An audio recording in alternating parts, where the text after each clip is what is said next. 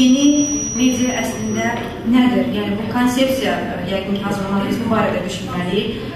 Bloglar yeni mətbuat sayıla bilərmi? Və əgər sayılacaqsa, orada tənzimləmə necə baş verməlidir? Aydın məsələdir ki, bugün bizim ənənəvi mətbuat adlandırdığımız KİF sahəsində qanunlar illər uzunu hazırlamışdır. Etika qaydaları illər uzun işləyib hazırlanıb. Redaktor siyasəti qüvvədədir. Və bütün bunlar yeni mediaya da tətbiq olunmalıdırmı?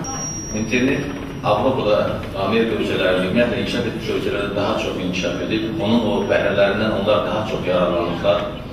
Artıq gündəlik həyatda baş verən, bizim hər birimizi gözləyən fəaliyyətimiz artıq gündəlik həyatdan virtual sahəyə keçir. Yəni gündəlik həyatda biz özümüzü, ticarətimizi də, fəaliyyət sahəmizi də, yəni kitabxanaya getməyimizi də, alış-veriş etməyimizi də, televizora baxmamızı da, indi hamısını biz virtual aləmdə, yəni internetdə edirik.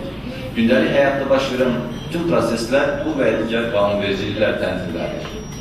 Amma virtual sahədə keçəndən sonra isə bu heç hər hansı bir tənzimlənmə burada yoxdur. Amma eyni zamanda bu elə bir sahədir ki, kütləvi xarakter alan bu sahəyə bu və digər formada nəzarətə, tənzimlənməyə ehtiyac var. Bəzən insanların bu nəzarət sözü qorxudur.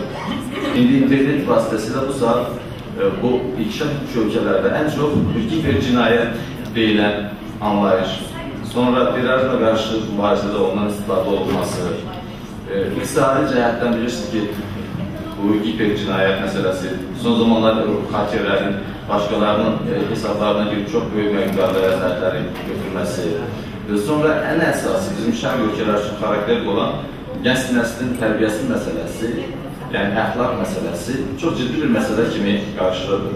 Ona görə də hesab edirəm ki, internetin ümumiyyətlə tənzimlənməsi ciddi bir məsələ kimi qarşıdadır. Əgər internet ilə bağlı, ümumiyyətlə media ilə bağlı çalışan insanlar yüksək peşəkarlıq göstərərlərsə, onda hər hansı bir problemin müzakirəsinə də ehtiyac qalmaz. Amma çox təəssüf ki, bu sahədə, yəni peşəkarlıq bağlamından istər bizim ölkəmizdə, istərsə xaricdə çox böyük problemlər var. Ona görə də bu məsələlərin müzakirəsində hesab edirəm, böyük ehtiyac var. Mən bir daha qeyd edirəm, interneti mən texnik bir vasitə kimi görürəm. İnternet ayrıca fəaliyyət sahəsi deyil. Fəaliyyət sahəsi televiziyadır, radiodur və yaxud verildiyi kimi jurnaldır, qəzetdir, agentlikdir. Bunlar fəaliyyət sahəsidir. Bu fəaliyyət sahəsi hər hansı bir qanunverici tənzimlənir. Ona görə də bu interneti ayrıca bir media kimi qəbul etmək özü doğru deyil. Biz bugün burada Avropa Şurasının Bakı ofisinin rəhbər şöbüsü ilə bizimlə birgə iştirakımızla bu tədbir keçirik və sizlər də burada qanal olmağa, bizi bu düşündürən məsələlərdə qarşıda gitməyə çağırır. Sağ olun. Məhz bununla bağlı ölkəmizdə informasiya kommunikasiya texnologiyaları sahəsi prioritet sahə elan olunmuşdur və bu sahə üzrə dövlət proqramları, qanunlar, ümumiyyətlə bir çox sahənin inkişafına dair ayrı-ayrı sənədlər qəbul olunmuşdur ki, bunlar informasiya kommunikasiya texnologiyalarının sürətli inkişafına şərait yaratmışdır. Azərbaycanda beynəlxalq təşkilatlar Azərbaycanda İKT sektorunun inkişafını çox yüksək qiymətləndirmişdir və Dünya İqtisadi Forumu 2008-2009-cu illər üçün texnologiyalar üzrə illik hesabatında Azərbaycan 134 ölkə arasında 60-cı yer tutmuşdur. Məlumdur ki, internet mediada və internetdən istifadə etmək üçün dial-up rejimində istifadə yetərli deyildir və burada ən azı 256 kilobit sürət lazımdır və bu sürətin əldə edilməsi və bu sürətin çatdırılması üçün internetin tək mərkəzi şəhərlərdə, tək Bakı şəhərində deyək, ölkəmizdə və ya digər yerlərdə deyil, Respublikanın bütün bölgələrində yüksək sürətli internetin təmin olunmasına zərurət vardır.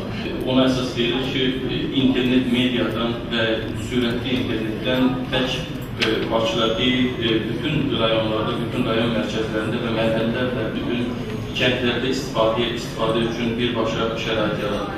İlk dəfə olaraq burada slaytda gördüyünüz GIF vasitələri özünün internet resurslarında yaratdığı iki dövrdə Ayna Zerkavadır, Yeni Müsavatdır, Turandır, Azadlıqdır, 525'dir, ANS'dir və s. Yəni ilkin təxminən bu cür ənənəvi GIF-lər özünün onlayn versiyasını yaratdılar və təbii ki, sırf internet qəzetlərdə o vaxtlarda olanın bəziləri fəaliyyətini dayandırır. Yəni bizim araşdırmalarımız göstərir ki, bilmirəm, bəziləri məndən razılaşmaz, amma bu araşdırmanın nəticəsidir ki, offline medianın auditoriyasındansa onlayn medianın auditoriyası daha böyük. Yəni biz hesab edirik ki, bu təxminən 250-300 ilə qədər. O cümlədən biz hesab edirik ki, offline daha çox siyasidir, amma online daha çox biznes yönündədir. Yəni burada daha çox biznes var, daha çox gəlir var və s. Azərbaycan internet mediasının problemi hazırda Azərbaycan internetinin problemi ilə eyni güclüdür. Yəni hazırda Azərbaycan internet mediasının problemi internetin problemidir. Azərbaycan internet medianın inkişafını ləngidən əsas amil Azərbaycan internetinin yetərli səviyyədə olmaması, keyfiyyətsiz olması və baha olmasıdır. Yəni, mən hesab edirəm ki, Azərbaycan internet mediası dövlət tərəfindən yaddan çıxarılmış bir sahədir. Sonra biz hesab edirik ki, internet mediada necə offline-da olduğu kimi reklam bazarından bağlı müəyyən problemlər var, müəllif hüquqlarından bağlı problemlər var, hələ bir ciddi marketing araşdırması yoxdur və s. Eyni zamanda biz hesab edirik ki, internet media ilə bağlı müəyyən texniki, texnoloji problemlər var. Yəni, internet resurslarının saxlanması hostingdən bağlı, domenlə bağlı, dildən bağlı, medianı idarə edən xüsusi informasiya sistemləri var. Bu informasiya sistemlərindən bağlı özəl. Yəni, burada bizim xeyli problemlərimiz var.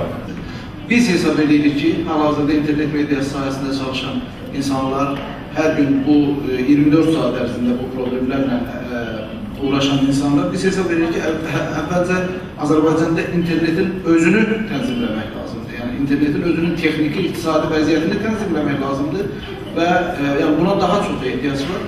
Yalnız bundan sonra internet mediası ilə bağlı müəyyən tənzimləmə adımlarına getmək olur. Azərbaycan internet mediası force major hallarda işləməyə hazır deyil.